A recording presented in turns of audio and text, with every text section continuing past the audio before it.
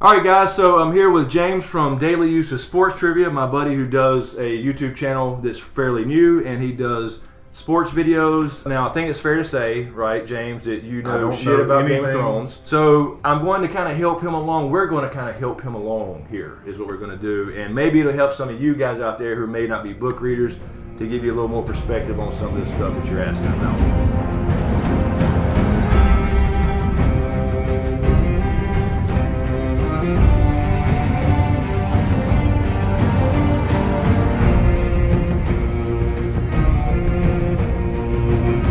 Right to it. Yeah, let's answer some questions. All right. And thank you guys for the questions. This one is from a day ago, the Super J theory. The Super J theory. Okay. The Super J theory asks, could Jon have warged into Ghost before died, and once his body was healed, Jon just went back to it? I think so in the books for sure. All right. So in the books, there was a slightly different death scene. It went down a little bit differently, and his last words in the books when he got stabbed, I think you know about the stabbing part, right? Most people are familiar with that, even if they don't watch the show, because it breaks the internet when this shit happens, right? Exactly. In the books, his last word was Ghost, and it's already implied in the books that he is a warg. We know all the Stark children are wargs. He just resisted in the books, but he does have wolf dreams, and what that means is he's actually warging, he just doesn't know how to control it yet. So warging means he takes over the body of this... Right, so... Of this little fella here? Yeah, of this little ghost buddy here. All the Stark children are wargs. They all have this ability. Arya demonstrates it in the books. Jon demonstrates it in the books. We never really see Robb warg, but we know that he can based off what our authors told us, unless he straight up lied to us. Sansa never got a chance to because Lady got killed. And of course, Bran and Rickon can also warg as well. Obviously, Bran... We know what he can do. He's a green seer and a warg. I think the names of these direwolves have something to do with what's going to happen to these kids as well. Like, Jon's a ghost for a while. Right. If he's physically killed, you think that the consciousness or whatever has to go somewhere, right, to be safe. Yes. And if you don't have that ability, you just die. Okay. So they didn't imply that it happened in the show, and I don't know if they're going to do that in the show. They didn't, because his last words were Ollie in the show. Are you kidding? Ollie was the last person to stab him, which is why he's so hated. And he didn't imply, there was never any implications of warging from Jon. All we see is Bran, and he wargs Summer all the time. And then during the resurrection scene of episode 2, Ghost is just laying there asleep on the floor. Everybody walks out of the room, and then he kind of looks up like he senses Jon's back. Yeah. So I don't think he was in Ghost. He didn't act he acted protective of Jon's body. So I don't think in the show, at least for Jon, that they're going to indicate any warging unless they do it after he comes back and he's able to use that now for some reason. Maybe there's some twist there. Yeah, that could happen. And the other thing with warging, just to throw this in here, is I hope that they go into Arya. I'm sure somebody will ask about Arya too. In the show, she's still blind, and she was blind in the books as part of her training, but during her blindness while she was training, she warged a cat to see through the cat's eyes while she was blind. So she has wolf dreams as well all the way over in Essos across the narrow seas, but they have not indicated that in the show yet. So yes, I hope that hopefully they do, but right now, based off Jon's resurrection, the way Ghost was acting the last 2 episodes, I just don't think they're going to include it, at least right now. Rodwa Salad asks, Rodwa Salad, do you think Sansa would meet Jon at Castle Black, or will she have a change of plans? I think her goal is to go to Castle Black right now because she knows Jon's the Lord Commander there. She doesn't know about his death yet, right? She's escaped Winterfell. Theon was going to take her there. Brienne and Pod has now rescued her. And I think the plan right now would be to go to Castle Black to find Jon, the only person she can trust. But on the way, I don't know what's going to happen. She could end up at another northern house that were loyal to the Starks. All the houses were before this big thing broke out between the War of the Five Kings. And you had a couple of northern houses, at least in the show now, that are with the Boltons. So I think she will probably head that direction, but honestly I don't know if she'll make it without stopping at another house or maybe meet in the middle somewhere, because Ramsay is looking for Sansa. She's escaped. They're married. She is the key for him to hold Winterfell and the key to the north for him. He wants Jon Snow dead anyway because he's half Stark, even though he's considered a bastard. It would still be a threat to his claim. Gotcha. Because the Starks have always been the ruling class up there where everybody followed them as a family. He's going to kind of taunt Jon into coming down to Winterfell because saying it's mine, come and see. We saw that in the trailer. I don't think she ends up at Castle Black. I think they might meet in the middle, perhaps at probably House Mormont, I think. And Jon and Davos and Melisandre come down there where they kind of have a reunion, hopefully, and then they'll kind of plan their attack from there to take Winterfell back, because Jon's priority is going to be to unite the North only because the White Walkers are coming. He don't care about ruling. So I think Sansa ends up Queen of the North at some point where she can legitimize him, because he's still technically Jon Snow right now, even though he come back to life. I hate to steal you guys' thunder, but can I sneak a question in? Yeah, absolutely. Has Jon been dead long enough to where word has traveled far outside of where he's at, or do only the few people who killed him and who are around there now know that he died? Right. And until next episode, nobody knows he's back yet. No, I don't think. So are there going to be people who come on a future episode who meets him who never even know he died? Yeah, I think so, because in the show, in the books, of course, we don't have any answers because The Winds of Winter has been delayed. It's not out yet. So we're in blind territory here, because that was the last thing to happen in A Dance with Dragons. You know, this is going to make him like legendary, yes, where people are spreading rumors, hey, he died and came back. Yes, they're going to look at him like a god. So they'll find out, but yeah, there's going to be people, because they implied on the show that it started, like season 6 started directly at like that night, the night of his stabbing, because Davos was there.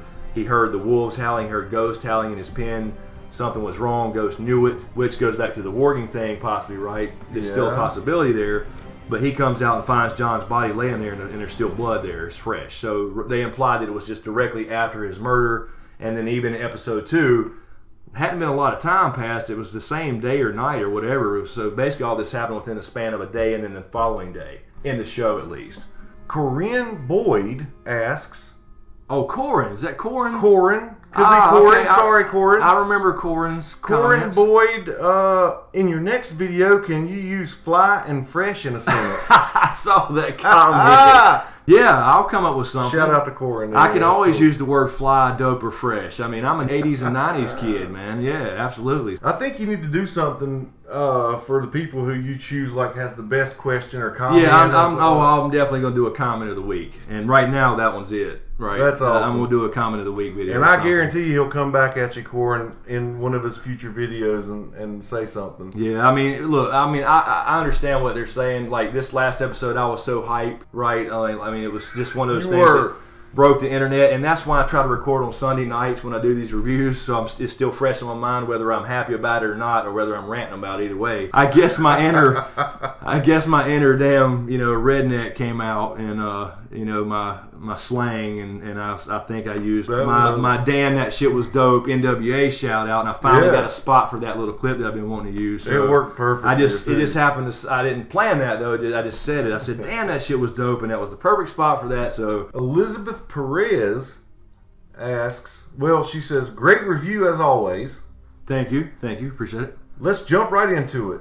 Question: since Willis was clearly Lyanna's stable boy, do you think he had to prepare the horses when she was planning to run away with Rhaegar? Right. If so, do you think she told Willis to prepare the horses for House Dorne? Do you think someone tried to beat it out of Willis so badly that to make beat he started saying Hodor and never stopped? Basically, did they beat him so bad he only says that?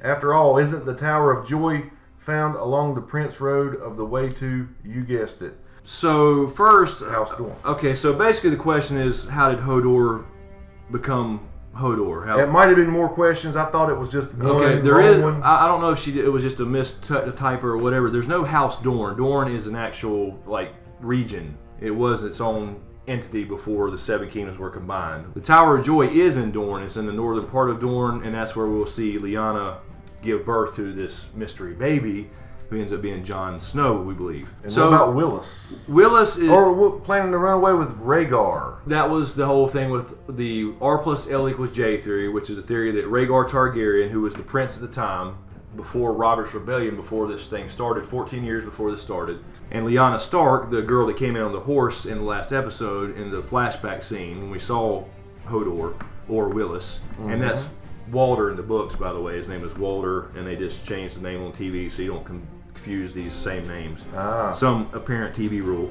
So yeah, Lyanna probably left willingly with Rhaegar, actually in love with him. They likely got married, so and Jon Snow is the result of ice and fire, the first Targaryen Stark marriage or whatever you want to call it. So that's what's important about Jon. But I guess the question is basically about Hodor. So there's definitely a condition called aphasia in real life that is basically the same thing. Hodor, it's obviously, in other words, what I'm saying is obviously it's some kind of brain damage, right? Because he's completely coherent. He understands everything you're telling him.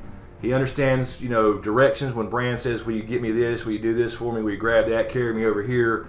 He understands all that. He just says Hodor. And it's always been a big mystery of why he put him in this novel. Now that this episode 2 came out and we saw Willis as a young, normal kid, so to speak, and he was completely normal. He could talk.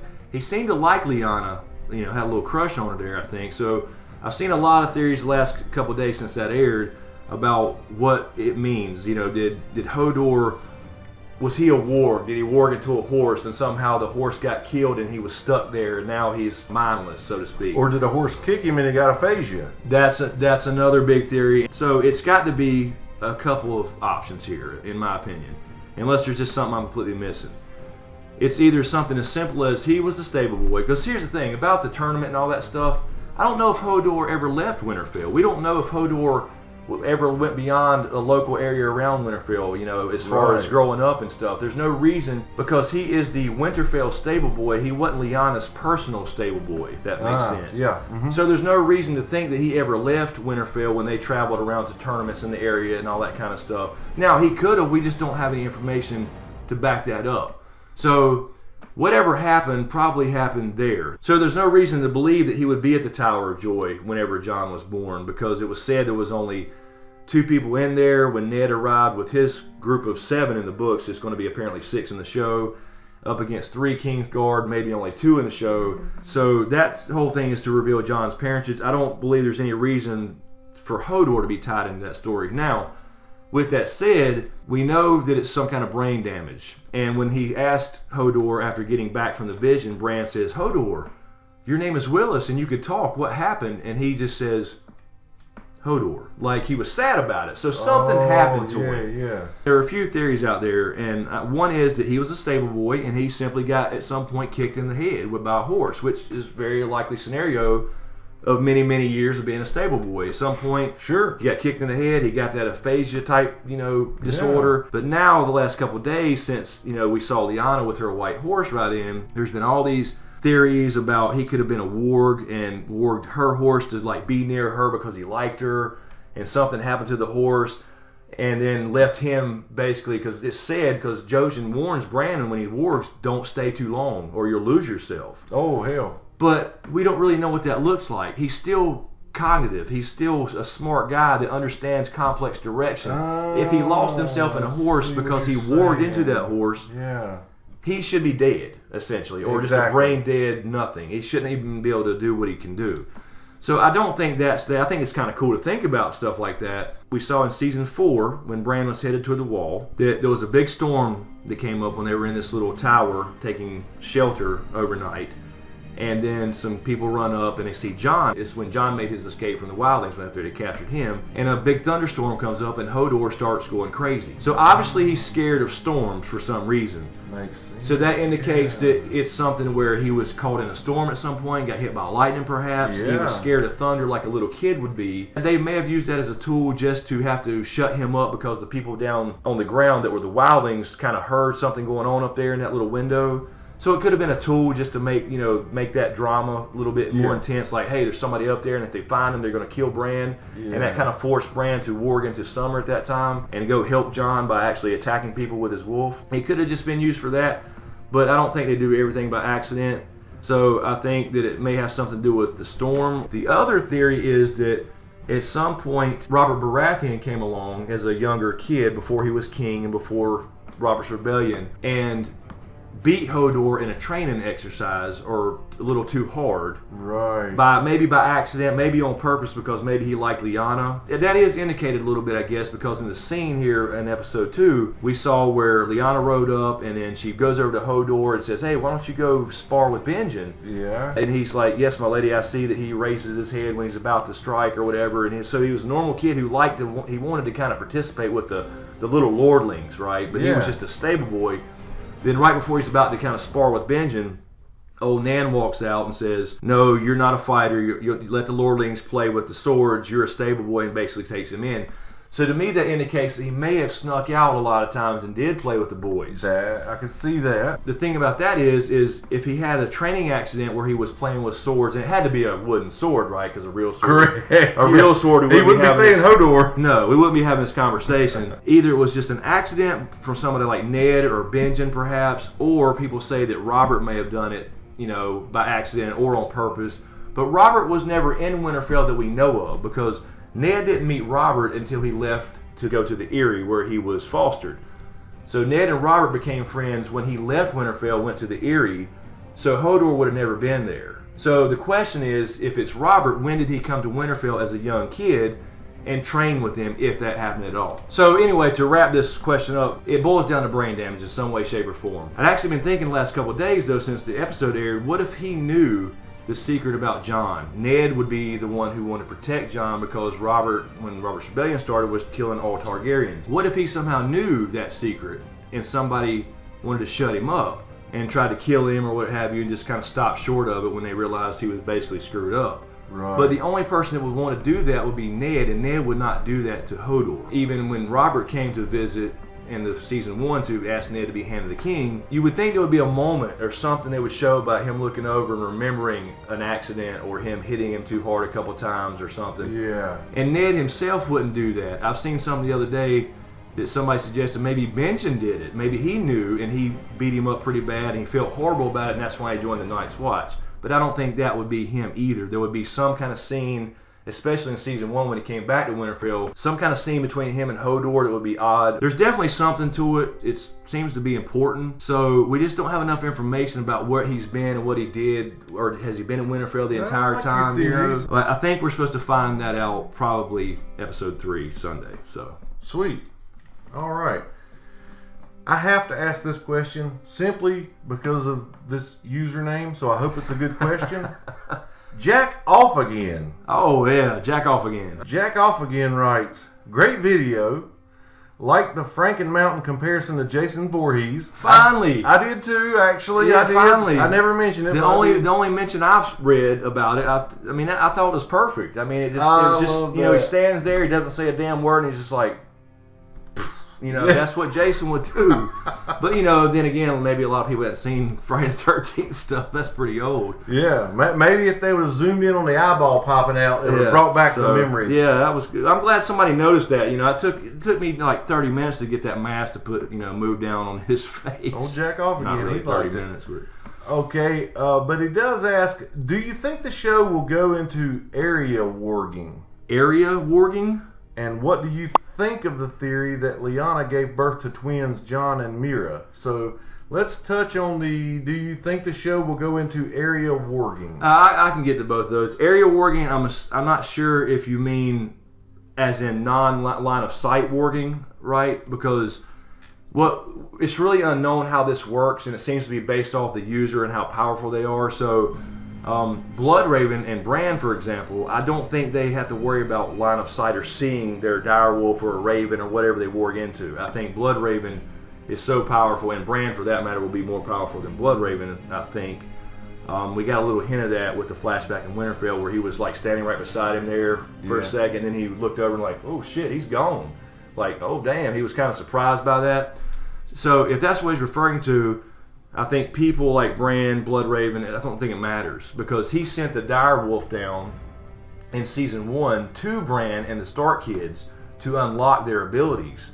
He sent the pregnant direwolf with exactly the number of pups, right? Including Jon's ghost from way beyond the wall. Also, Arya in the books, for example, she has wolf dreams when she's over in Essos about Nymeria somewhere running around in Westeros. We still haven't seen Nymeria since she let her go in season 1.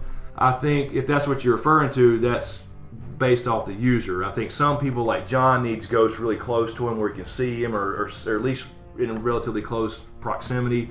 We really don't know how that works. The second question was, and what do you think of the theory that Lyanna gave birth to twins, Jon and Mira, with Ned taking Jon and Howland Reed taking Mira? Yeah, I like the idea of this theory. I've answered this question many times in many comments. I actually did a video on this separate topic. Maybe it was another Q&A as well. But yeah, the idea is that Mira Reed, because she looks like Jon on the show, is his twin sister, right? People love this idea that Lyanna gave birth to twins, which caused this bed of blood, which is why she died apparently of blood loss, which would be a common thing in that time period, right? Yeah. For anybody. Yeah. But that doesn't necessarily mean it's twins. And I just don't think twins fit the narrative of A Song of Ice and Fire.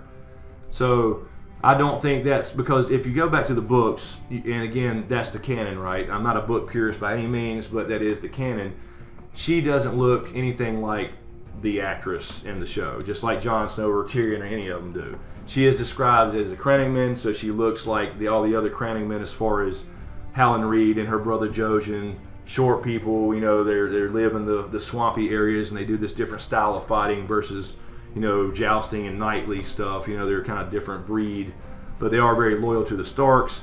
So I don't think it's true. I like the idea of it, but I don't think so, because I think a lot of that got based off just the actors' looks, and you can't go by that at all for any of these theories. So yeah, I like the idea of the twin theory, but then again, you got to think about if Howland took the other baby at the Tower of Joy, which we know that he's going to show up sometime and confirm some stuff for us. He would have to be like, hey, wifey, I brought home this little girl here, by the way, and we're going to keep her and call her our daughter, and we're going to give her the name Reed instead of the bastard surname, because Jon was taken back as Ned's bastard and given the surname Snow because they're from the north. Lyanna was from the north, and that's the typical fashion in which they give surnames to bastards. So she would have to agree to that, and they would have to like pretend, you know, that was their real daughter, as far as and not even a bastard daughter when he was off in war. It just doesn't make sense in the sense of, it takes away from Jon, I guess is what I'm saying here, as far as being an important Ice and Fire child. Well, here's another good username, Dane Bramage. Dang Bramage. Dane Bramage says, if Sansa is pronounced the Warden of the North, can she change Jon's name? Yes, and this is what I'm starting to believe more and more. I had mentioned in a couple of comments and replies that, you know, what will Jon do now? Will he still be Jon Snow? Will he become Jon Stark? Or when he learns who Daddy is, will he become Jon Targaryen, if they were in fact married? A lot of us believe that Rhaegar and Lyanna were actually secretly married. Okay. So he wouldn't be a bastard, and likely that would have been a northern wedding, which means they didn't have to have a big ceremony with the sept and all that crap. So they could have went to a heart tree and simply got married. It's a different, you know, a whole different thing about the northern gods, right? And Lyanna was of the north and believed in the northern old gods. So yeah, what I had mentioned was that perhaps Stannis, who offered Jon to be a Stark, and last season before he died, he said, hey, swear your loyalty to me, rise Jon Stark, Warden of the North. He needed him to take the north so he could take the Seven Kingdoms. Also in the books, Robb actually, before he died, declared Jon his heir, because they thought everybody else was dead and he was the last Stark. He was raised as his brother. He was half Stark, and he actually legitimized him when Robb was named King of the North. I think that's exactly what's going to happen now. So either the options are, for me at least, is either Stannis had something on paper, which can be found when he was still proclaimed king, but that depends on who proclaimed him king and believed that, right? And it's only, some people didn't think he was the rightful king. So that's a possibility. The other one is that Robb, while he was king of the north, thought that all his, you know, brothers and sisters were dead, perhaps named him an heir and left it on paper somewhere, and that would be upheld by the north, because the northern people for the most part still are loyal to the Starks. But I think now what's going to happen is Sansa, once Rickon unfortunately has to be kind of pushed out of the way, I think he's going to be the gift for Ramsay next week. So I think Rickon is going to actually meet his demise. I hate that, but it's just kind of got to happen for Sansa to be Queen of the North, because otherwise Rickon would be there. He's a male, right? I mean, he would be the next heir as far as them assuming Bran dead, right? But when Sansa becomes Queen of the North, she can absolutely say, you are now Jon Stark, and make that official, and people will believe that, people will buy that, people will accept it because they're all loyal in the North to the Starks, except for a few minor houses who are with the Boltons right now, who will quickly change sides once this war is done. Okay. Annie Smith Designs writes, Q&A question. What do you think is going to happen in King's Landing when or if Tommen dies this season? Short answer, it's going to burn. Tommen will have to die at some point. I don't know if it'll be this season, but this is to fulfill this so-called prophecy of Maggie the Frog, who told Cersei that she would have 3 kids, that gold will be their crowns and gold will be their shrouds. They're all going to die. And then some younger, more beautiful queen is going to come along and take everything away that you hold dear. And then this is the part missing from the show, then the Valonqar is going to come and wrap his hands around your pale throat and choke the life out of you. That was the prophecy. Damn! I think if Tommen dies, Cersei goes completely off the deep end, and we saw Daenerys in season 3, I think it was, or 2, have her visions in the House of the Undying. They were a lot different in the books, but show only. She walked into the throne room in King's Landing, and she saw holes in the ceiling. That could either be by dragon fire, and it was actually snowing in the throne room. Everybody remembers that scene. And she walked up to the throne. It was snow on the ground. She looked up, holes in the roof, and she was about to touch the throne, and then she didn't, and she turned to go find her dragons. So I think we will see that scene at King's Landing. So I think that Cersei will go off the deep end and try to burn King's Landing to the ground, or at least the Red Keep or some portion of it, because she has this infatuation with fire. She's already set the Tower of the Hand on fire once, but she's going to lose it. She believes this prophecy is happening. She's already seen it happening. She's lost 2 children already, and I think that that's where the Valonqar stuff comes in, where Jaime's going to have to kind of repeat history and kill her, saving King's Landing, the entire city, being his sister and lover, by the way, and that will fulfill that prophecy that she's probably self-imposing. Yeah. Because I don't think, I talked about prophecy a little bit in this video. I started talking about this, the prophecy and magic video. Is prophecy real? Or is it something that you hear about and then go try to fulfill, or you subconsciously fulfill, or do you... Always wondered that. Right. Because she told her, you will have 3 kids. Well, did she choose to have 3 kids? Right. Yep. So that's a different story, I guess. But yeah, anyway, short answer, it's going to burn. Some of it will burn, I would say. Well, this is not a question, but I really like this because as I skim through here, I see a lot of people really liked your reaction video. Oh yeah, I turned into funny. I absolutely turned into a John fanboy, and I felt like I realized after watching it back that I just watched. It was like I watched the winning touchdown in the Super Bowl with my team actually winning awesome this time. I did read a lot of the comments, and when I was answering them earlier, and saw that people said they had the same reaction. So I guess I'm not alone. Kalima. Sorry. Oberyn Martell writes, "Hey Chris, I was like you too when I heard the Tyrion Targaryen theory, but I'm starting to believe he might be one. I know you don't need dragon blood for the dragons to like you, but doesn't one need dragon blood in them to control and ride a dragon? Also, do you think we will get to see Benjen or find out what happens to him this season?" Okay, first the Benjen question. That's really easy. Yes, I think we're seeing Benjen again. I do think he's the one at this point who saves Mira north of the wall that we saw in the teaser. The guy with the fire flail that's swinging that thing and probably kills a white. I'm thinking that's going to be Benjen coming back. For the Tyrion piece, I'm leaning more and more towards this theory now. I mean, I'm not 100% on it. If you look in some of the history in the books, there was somebody called Nettles that ended up riding a dragon only after feeding it for a long time and kind of taming it that way. Targaryen blood gives you the ability to bond with dragons and have dragon dreams and an affinity for dragons, and that's also feeds into the Tyrion theory because he has dragon dreams as a child. In this last episode, he had this little moment with Rhaegal and Viserion, told this story about how when he was a child he dreamed of having a dragon, and then they told him the last dragons died out and he cried himself to sleep that night. So to me, that lends more and more credence to the theory. So I'm starting to come around on that whole thing. And there was a lot of hints with him and Tywin having their rocky relationship. He's always blamed Tyrion for his wife's death when he given childbirth. And another thing with that theory is that Jon's mother, Lyanna, died during childbirth. Right. Dany's mother died during childbirth on Dragonstone when she was born.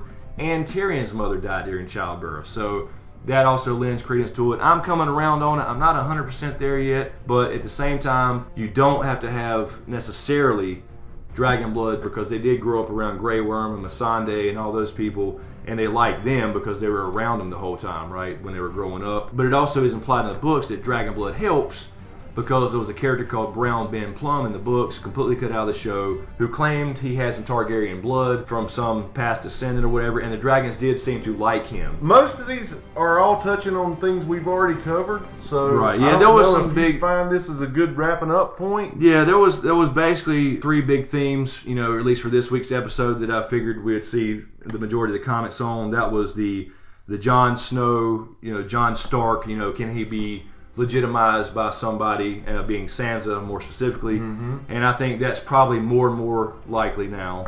I don't think Queen of the North type thing. Me and Val had predicted that she will be the Queen of the North, and probably the more younger, beautiful queen. I do need to point out, a lot of these people are saying that yours and Val's predictions are coming true. We did predict that Sansa will be the Queen of the North, and perhaps the more younger, beautiful queen that's in the Cersei Maggie the Fall prophecy, again, if prophecy is true. But she will definitely be able to legitimize Jon, although, again, when he wakes up, he's not going to really give a damn about his name at that moment. He's still got a mission there, and that is to defeat the White Walkers and unify everybody. But if it takes unifying the North and she becomes Queen of the North, then at some point I think she does legitimize him and he becomes Jon Stark. Now, will he know who his father is at that point? Right. And if he does, he still grew up in Winterfell. He still grew up with them as family. I don't know if he would take the name Targaryen unless it feeds into Dany's storyline later on as well, so we'll see. But the other thing was Hodor. Big questions on that now, because that seems to be more important than we thought. I always thought something was odd with that. There's maybe George R. R. Martin knows somebody with that condition, or he was influenced in some way in real life of putting a character like that in there. But again, with the Hodor stuff, it's got to be some form of brain damage. We know that because he was normal. The brain damage came from somebody or something, whether that's a storm, lightning, or whether that's somebody's practice sword. Or a horse kick. Or a horse kick, being a stable boy. I mean, that's the simplest explanation, but I don't know if he wants it that simple either. It looks like a lot of them were about the warging ghost thing with Jon and Ghost, and did he warg into... Yeah, the warging thing, and again, I don't think the show's going that route, and I hate that. I want to see that happen, especially with Arya. And I was thinking about that question earlier you brought up when you said Arya warging. Yes. Was it Arya warging? Because I answered that based off, maybe he was talking about line of sight versus... It was like Arya or something. Yeah, like that's that. Okay, Arya. So I did touch on that, but like I said, sorry, guys. In the books, she does warg for sure, and Jon wargs for sure. Everybody's got these powers, not as powerful as Bran. In the show, they just may not do it. There's just been no hints of it. She has already been Blind Beth in the books, and she does warg, and she's now this blind beggar in the show. And there was no hint of that at all. And now she's already gone back to the House of Black and White. Apparently, she'll continue to train blind for a little while, but she'll get her sight back. Now, whether they introduce that, I hope they do, but we'll see. Now, maybe Jon does again after he gets up. Maybe he realizes, you know what? I have this power. Because Melisandre did mention something to him last season when she was trying to seduce him. She said, you have a power in you that he should embrace it. So maybe she was referring to warging there, and after he is revived now and he's back to life, maybe he accepts it. Maybe we see that in the show. I hope so. Can I ask another noob question? Yeah, absolutely. Can anybody warg a dragon?